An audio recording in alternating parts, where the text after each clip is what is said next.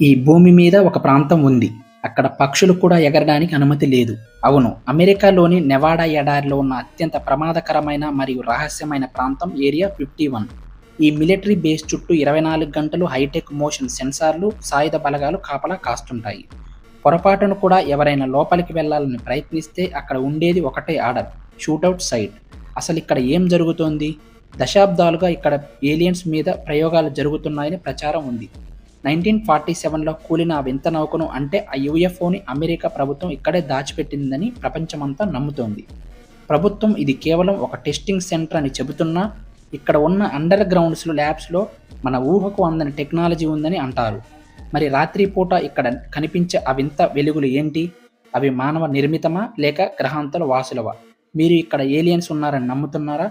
మీకు గనక నా ఎక్స్‌ప్లనేషన్ నచ్చినట్లయితే ఒక లైక్ చేయండి. ఇలాంటి మరిన్ని స్పేస్ మిస్టరీల కోసం ఛానల్‌ని సబ్స్క్రైబ్ చేయండి.